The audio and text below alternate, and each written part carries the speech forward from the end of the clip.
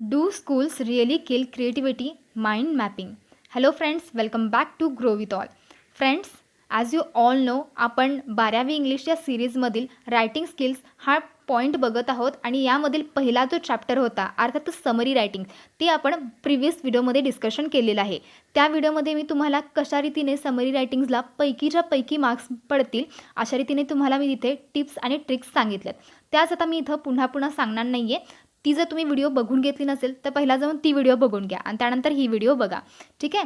So आजच्या व्हिडिओमध्ये आपण माइंड मॅपिंग अर्थात जो 3.2 हा जो चॅप्टर आहे तो आपण इथं आता डिस्कशन करायचा आहे आणि हा पण त्याच पद्धतीने आपण टिप्स आणि ट्रिक्स या व्हिडिओमध्ये देखील या माइंड मॅपिंगसाठी देखील आणलेले आहेत. त्यामुळे तुम्ही अजिबात व्हिडिओ स्किप न करता पूर्णपणे आपली व्हिडिओ बघायची आहे. ठीक आहे फ्रेंड्स. आणखी एक महत्त्वाची गोष्ट फ्रेंड्स, आपण इथं लाईन टू लाईन सर्व डिस्कशन घेणार नाही, कारण असं जर आपण करत गेलो तर आपलं उगाचच एकतर व्हिडिओ तर लेंदी होईलच आणि त्याचा जास्त खास करून काही फायदा पण आपल्याला होणार नाही. आपण एक्झामच्या दृष्टीनं इथं बघणार आहोत की कशा रीतीनं आपल्याला मार्क्स घेता येतील. 3 मार्कांचा हा प्रश्न असणार आहे आणि त्याला आपल्याला कसं आउट ऑफ मार्क घेता येतील ते आपण शक्यतो इथं बघणार आहोत. आणि या व्हिडिओमध्ये आपण केवळ एकच पॅसेज डिस्कस करणार आहोत आणि त्यामध्येच तुम्हाला पूर्णपणे समजून जाईल याची मी खात्री देते तुम्हाला.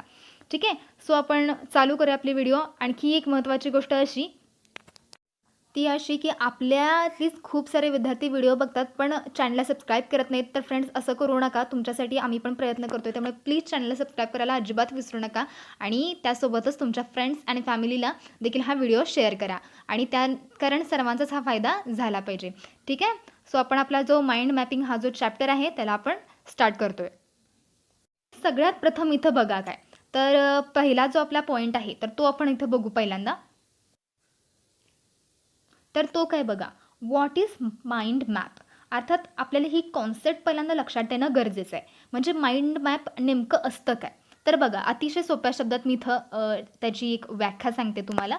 ती अशी की it is effective way of learning with help of some diagrams where main idea is at the centre and sub ideas around the main ideas or theme. ठीक आहे.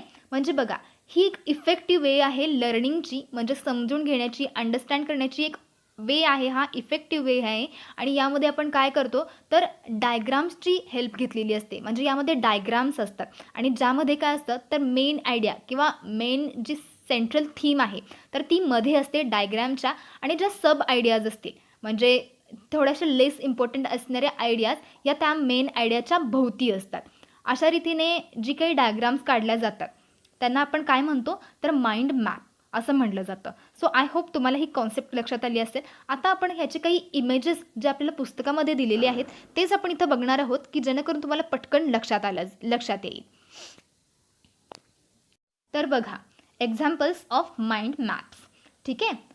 सो बघा, आपल्याला पहिलीच जी आकृती दिली आहे त्यामध्ये कसं दाखवलं आहे तर मध्ये एक झाड दाखवलं आहे. आपल्याला आपण मेन आयडिया म्हटलं जातं. ठीक आहे. मेन आयडिया हे पूर्ण आपण त्याचं जे खोड वगैरे आहे त्याला आपण मेन आयडियाज म्हणतो. आणि मग त्याच्या ज्या झाडाच्या ब्रांचेस आहेत किंवा डायग्रामच्या ब्रांचेस असं समजू आपण, तर त्याला आपण त्याला आपण त्या ठिकाणी आपण विविध ज्या सब आयडियाज असतील त्या ठिकाणी आपण त्या देत असतो. म्हणजे बघा, इथं आता एखादं जर एक्झाम्पल घ्यायचं झालं तर समजा स्कूल ही मेन आयडिया असेल तर स्कूल ही मेन आयडिया मध्ये येणार. मग स्कूल मेन आयडिया झाली तर तुम्हाला त्या रिलेटेड कोणत्या गोष्टी आठवतात. मग स्कूल म्हटल्यानंतर आपल्याला टीचर्स आठवतात, त्यानंतर आपले फ्रेंड्स आठवतात, क्लासरूम्स आठवतात. ठीक आहे. क्लासरूममध्ये पण बघितलं तर आणखी बघा, इथं ही जी मेन ब्रांच आहे तिचे आणि पुढे ट्विक आपल्याला दिसत आहेत. म्हणजे तिच्यामध्ये पण आणखी प्रकार पडतात. जसे आपली क्लासरूम जर आपण ब्रांच पकडली, ब्रांचमध्ये आपण ॲज अ क्लासरूम पकडलं तर त्यामध्ये पण आणि प्रकार पडतात. जसे की डिव्हिजन आहेत, मग A division, B division, it's like that. ठीक आहे. सो आय होप तुम्हाला ही डायग्राम कळाली असेल. अशा पद्धतीने आणखी पण आपल्याला पुस्तकामध्ये डायग्राम्स दिलेत तर ती बघा. सो बघा, या इमेजमध्ये देखील आपल्याला त्यांनी दाखवलं आहे preparing for HSC examination he central idea दिली आहे, जे की तुम्ही सध्या देखील आपण प्रिपेअरच करतोय. आणि त्यानंतर मग हे जे बाकीचे आपल्याला सब आयडियासाठी ब्रांचेस दाखवले आहेत तिथं आपल्याला सब आयडियाज द्यायचे. मग तुम्ही कशा पद्धतीने तुमची तयारी करताय ते त्यामधील, जसे की आता तुम्ही पुस्तकं वाचताय, नोट्स काढताय, वगैरे सगळ्या गोष्टी किंवा यूट्यूब व्हिडिओ बघताय, हे पण आपण प्रिपेअरच करतोय ना आपल्या एक्झामिनेशनसाठी. सर्व या गोष्टी इथे या डायग्राम्समधून आपल्याला दाखवल्यात. हां. हे अशा पद्धतीने देखील तुम्हाला हे डायग्राम्स दाखवले जाते. ठीक आहे. सो आय होप तुम्हाला अंदाज आला असेल कशा पद्धतीनं असतात. आणि तुम्हाला पेपरमध्ये देखील असंच येणार आहे आणि तुम्हाला अशा प्रकारेच आकृती काढून ते सॉल्व्ह करायचं आहे. म्हणजे तुम्हाला एक पॅरा दिला जाईल, पॅरेग्राफ दिला जाईल आणि त्यानुसार तुम्हाला हे अशा पद्धतीने माइंड मॅप्स काढायचे आहेत. आणि खूप सोपं आहे फ्रेंड्स, अतिशय काही अवघड नाही याच्यामध्ये. एकदा जर तुम्हाला मेन थीम कळाली, मेन आयडिया कळाली, त्यानंतर मग तुम्ही त्यांच्या ब्रांचेस पण काढू शकता, इव्हन त्यांना ट्विग्स पण देऊ शकता. ठीक आहे ना. सो आपण बघू एक महत्त्वाची गोष्ट आपण बघू की व्हेअर वी कॅन यूज. म्हणजे हे माइंड मॅप्स आपल्याला आहेत, आपल्याला सांगितलं जाते, शिकवतात त्याचा, पण त्याचा यूज कशासाठी होतो.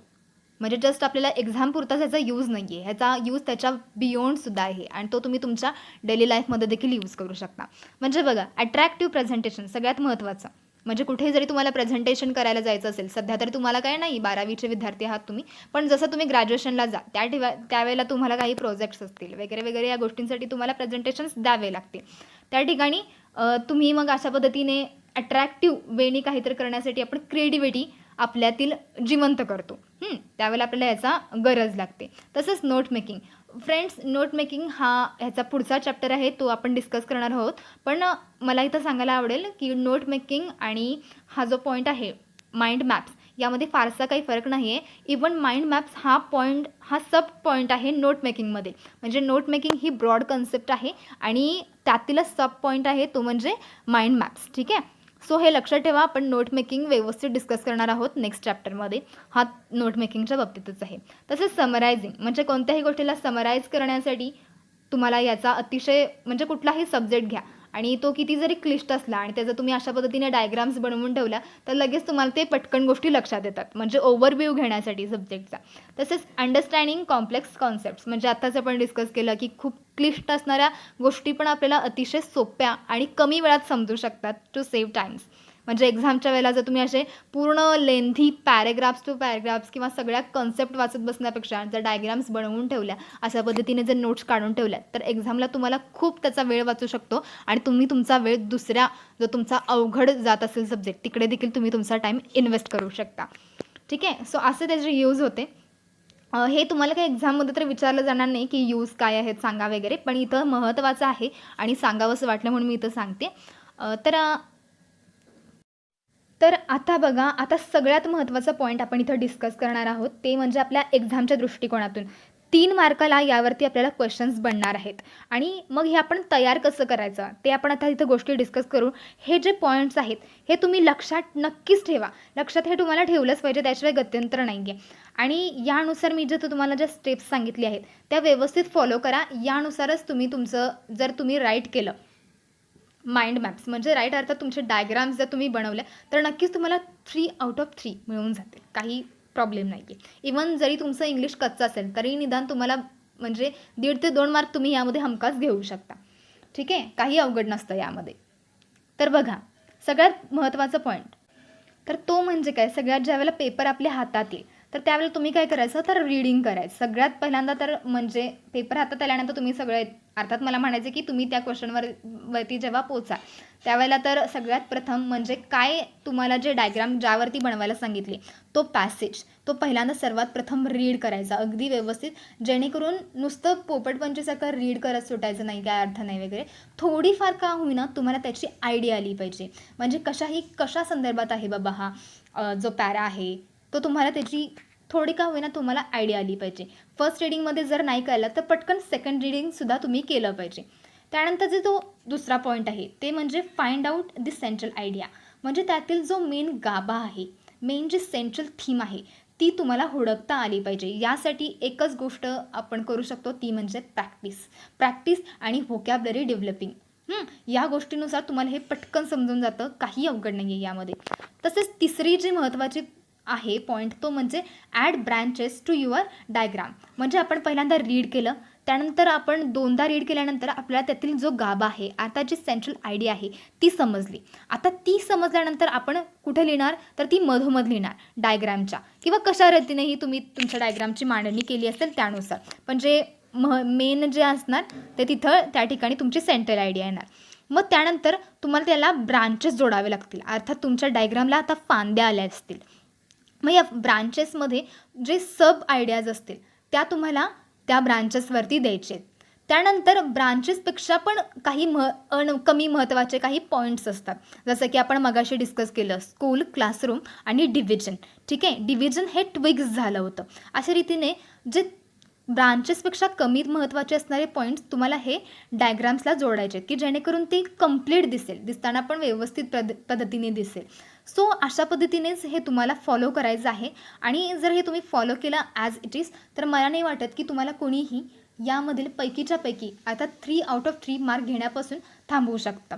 सो तुम्ही हे पॉईंट्स लक्षात ठेवाच. आता यावरतीच आधारित आपण पुस्तकातीलच एक जो पुस्तकामध्ये तसे तर बरेचसे दिलेले आहेत त्यांनी डायग्राम्स आणि पॅसेजेस पण दिलेले आहेत, पण आपण इथं एकच घेऊ कारण सगळेजण डिस्कस करायला गेलं तर व्हिडिओ खूप जास्त लेंदी होईल आणि मग तुम्ही ती बघणारच नाही.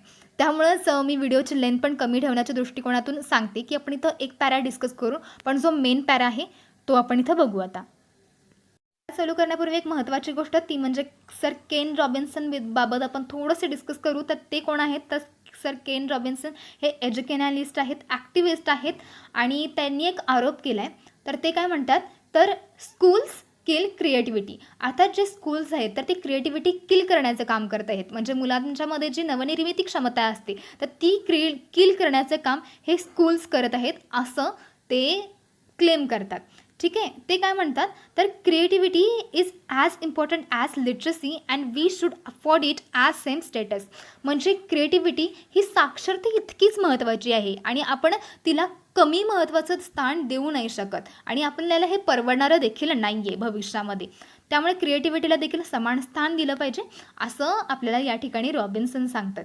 आणि त्यानं इथं एक एक्झाम्पल म्हणून त्यांनी आपल्याला इथं एक माइंड मॅपसुद्धा काढून दाखवलेला आहे जो की तुम्ही बघू शकता. पॅरा वाचून तुम्हाला हे समजून जाईल. आपण आता जो पॅरा रीड करणार आहे त्यामधून आपण बघू कशा पद्धतीनं काढलेली आहे मेन आयडिया आणि त्यानंतर मग ते ब्रांचेस कसे वगैरे आपण डिस्कस करू. यांच्याशीच रिलेटेड आहे. तर ते काय म्हणतात तर त्यांनी हा एकतर आरोप केला स्कूल स्किल क्रिएटिव्हिटी. मग हा आरोप विदाऊट पुराव्याचं तर असू शकणार नाही ना, मग त्यांनी काही प्रूफ पण आपल्यासमोर सादर केलेले आहेत आणि ते आपण बघू आता. तर ते काय म्हणतात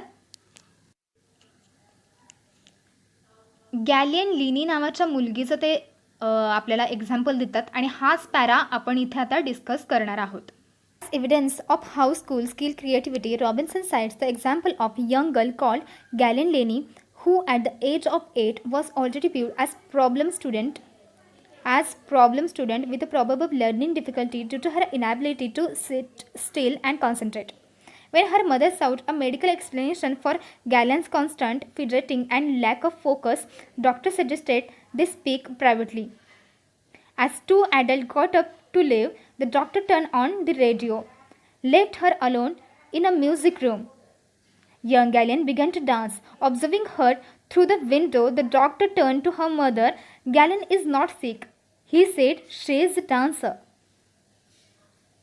Today, at the age of 92, Gallen can look back on a long career in ballet dance and music theatre, which saw her become one of the world's most successful choreographers.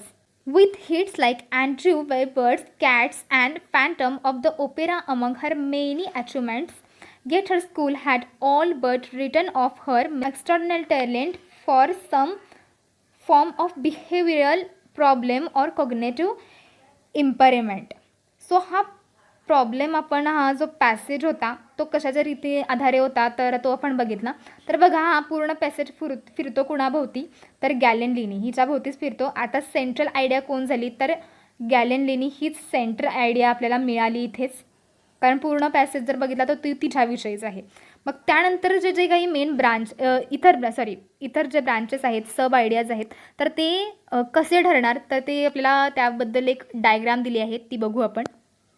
यामध्ये आपल्याला दाखवलं गेलं आहे गॅलेन लेनी जसं की आपण बघितलं तीच मेन आपली थीम आहे. तसेच मग कसं दाखवले आहेत बघा ह्या सब ब्रांचेस आहेत इथं कशा रीतीने. Young girl 8 of age problem student हा झाला पहिली ब्रांच. ठीक आहे, तसेच दुसरी ब्रांच काय आहे तर बघा inability to sit and concentrate. ठीक आहे, हा एक प्रॉब्लेम होता, तिचा जो प्रॉब्लेम होता ते सांगितलं तिला, ते मग सांगितलं. त्यानंतर मग मेडिकल एक्सप्लेनेशन, मग ते तिच्या आईवडिलांनी तिकडे गेले होते, मग ते वगैरे सगळ्या गोष्टी गाळून मग फक्त मेडिकल एक्सप्लेनेशन इतकीच तिथं ब्रांच आपल्याला दिली आहे. एवढंच वर्ड्स इथं सांगितलेत.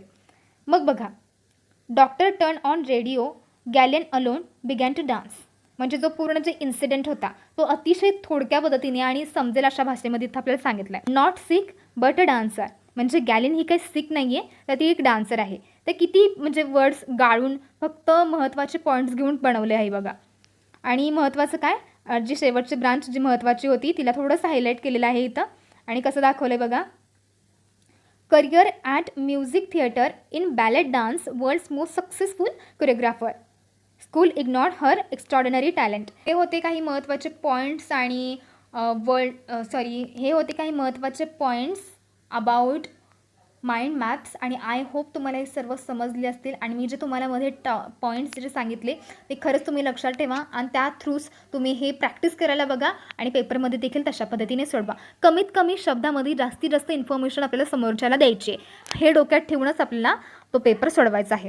ठीक आहे. So thank you so much for watching this video. आणि जर तुम्ही चॅनलवरती नवीन असाल फ्रेंड्स आणि अजून देखील आपल्या चॅनलला सबस्क्राईब केले नसेल तर आपल्या चॅनलला सबस्क्राईब करा आणि बाजूचं बेल बटन देखील ऑन करायला विसरू नका. खूप सारे लोक सबस्क्राईब करतात पण बेल बटन ऑन करत नाहीत. ठीक आहे. आणि जर व्हिडिओ आवडला असेल तर प्लीज व्हिडिओला लाईक, शेअर आणि सबस्क्राईब तर कराच आणि कमेंट पण करा जर डाऊट येत असेल तर, आणि तुमच्या फ्रेंड्स फॅमिलीला शेअर करा. Thank you so much.